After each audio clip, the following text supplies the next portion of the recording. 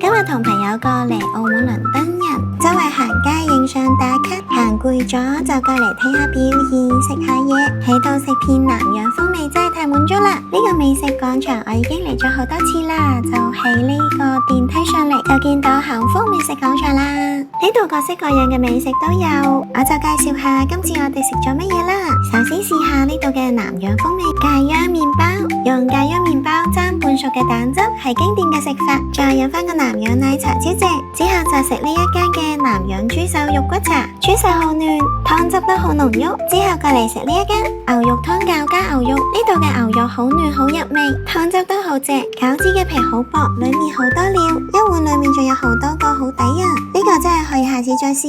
牛肉麵同埋三寶牛肉麵，牛筋食落去真係好 Q 好嫩，牛腩同麵條都唔錯。食飽之後再嚟翻個西瓜汁水果撈，清爽健康又解漏。另外邊食仲有快閃表演睇添，咁呢度仲有好多其他美食噶，等你嚟解鎖啦。